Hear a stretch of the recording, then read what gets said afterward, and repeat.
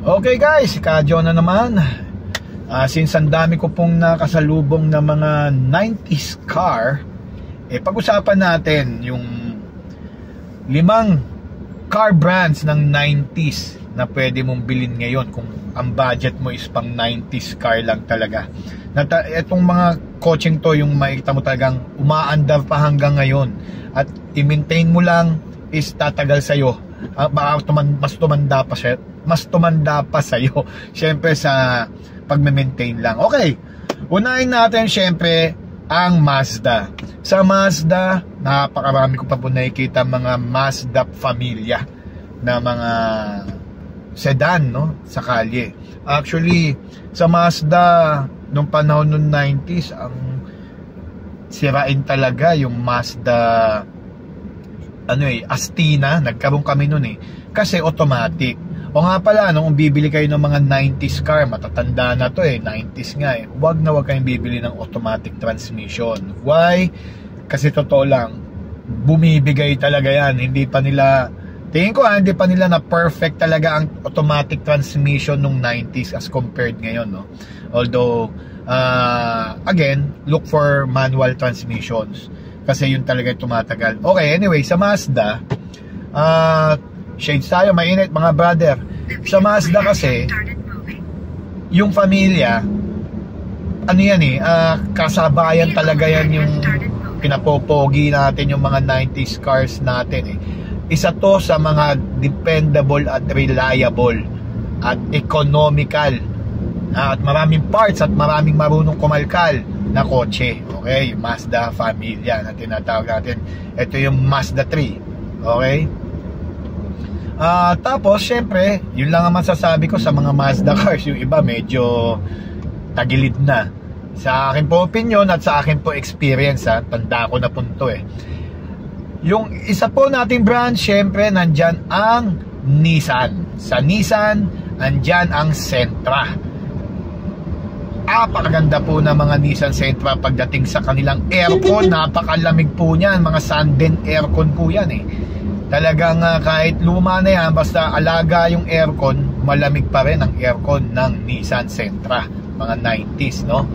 Meron yan yung tinatawag natin mga small body Nissan Sentra hanggang nagkaroon na ng mga big body Nissan Sentra, no?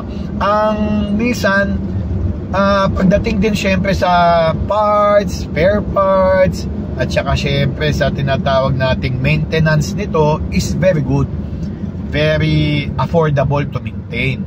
Okay, lalong-lalo na syempre budget no? Budgeted ang iyong maintenance dahil nga nag 90s car ka. Depende na lang kung kaya ka bumili ng 90s car is for the nostalgia at mahal na mahal mo 90s car. Pero usually ang mga nagsisimula na talagang nagbabudget ng kanilang pambili ng kotse, 90s ang tinitira. At ito pong Nissan Sentra is one of the best cars you can get. Okay, syempre pili-pili rin ng mga well-maintained, no? Yung mga konti lang na mga paggagawa, like yung mga pintura, ganyan, okay na, manap ka na ng 90s na Nissan Sentra. Yun lang, ang naikibirinig ko na nagiging problem ng mga Nissan Sentra ng 90s is syempre yung suspension. Although sa ngayon, napakarami na pong gumagawa at nag-aayos ng suspension. Kung magkaroon pa kayo ng konting budget, di pa ayos nyo na yung suspension nyo. It will last you long naman. Okay, Nissan Sentra. Yun po sa Nissan na nakikita ko. Kasi yung iba pang Nissan cars, like yung mga Vanette, naku po, very bad trip sa overheating yan. Nagkaroon din po kami nun. At yung Sentra, nagkaroon din ako niyan. Nag-enjoy po ako dyan.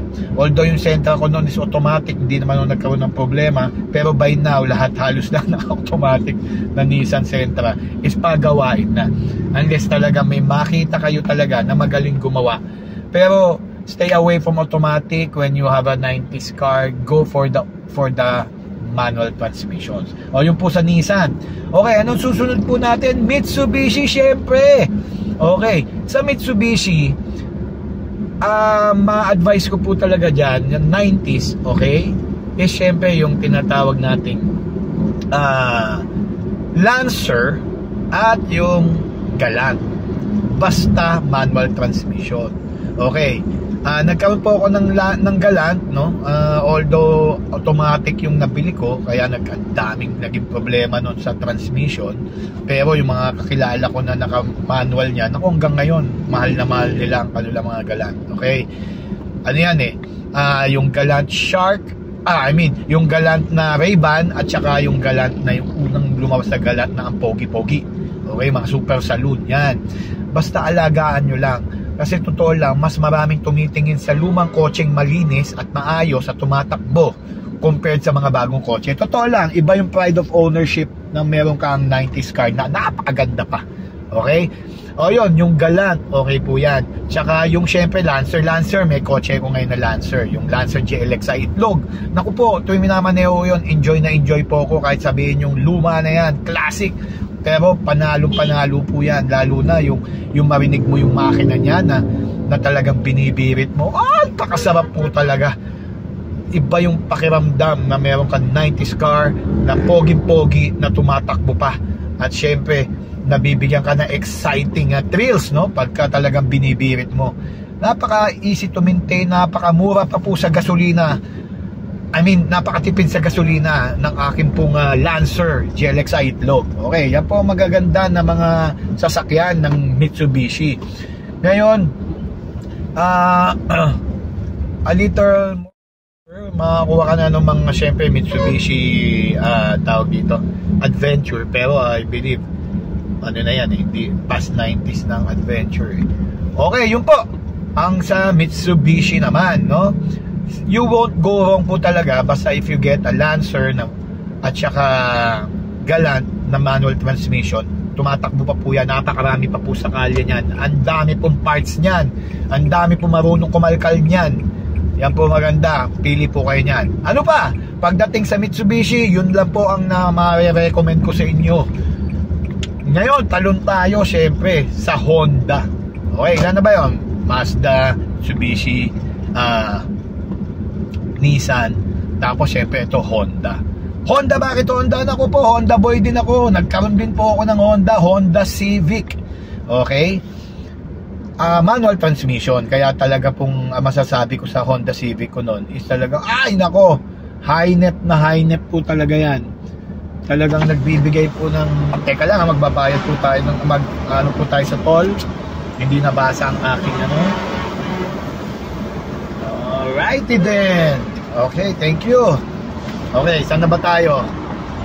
Okay, sa Honda, andyan ang Honda Civic at syempre ang Honda Accord. Yan po mga mapapayo ko kung kunin nyo. Basta again, go for the manual. It less the trouble of maintenance and mas mura, economical talaga i-maintain. Gasolina nga lang pagdating sa Accord is medyo malaklak sa gasolina yan, pero enjoy talaga to. Wala pong tatalo sa handling ng Honda Accord, no? Panalo po talaga ang Honda Accord. Medyo madilim, angat natin ang ating pong shades. Panalo po ang Honda Accord when it comes to its engine, yung power, saktong-sakto lang, naturally aspirated. Enjoy ka talaga yung maneho to, lalo mga manual transmission ng Honda Accord. Okay, talagang pati yung luxurious space andyan talagang mafe-feel mo na ito ang gandang kotse nito. Lalo na yung mga Civic boy nga ako noon yung Civic ko hanggang ngayon namimiss ko yung Civic ko. Talagang binihisan ko yun, ladies and gentlemen. At ako po ata na una nagkulay na metallic pink nung 90s. I love that car. Yung Civic ko LXi lang, hindi siya yung ESI. LX lang ba yun? Tama, 5-speed. Pero panalo po yun. Antipid sa gasolina, matuli ng makina. Ay naku, nandun na lahat, pogi-pogi pa. Kaya pogi-pogi ko po dati, sobra pogi-pogi ko. Anyways, may cons din naman yan. Yung pintura, lalo na sa bubong, madalas bakbakin po yan. Suspension wise, okay naman. Lalo na dami na nyo na mabibiling suspension ngayon para bihisan ng inyong mga 90s car, lalo na Honda Civic. Kaya ngayon mapapansin nyo, ang daming Honda Civic sa kalye.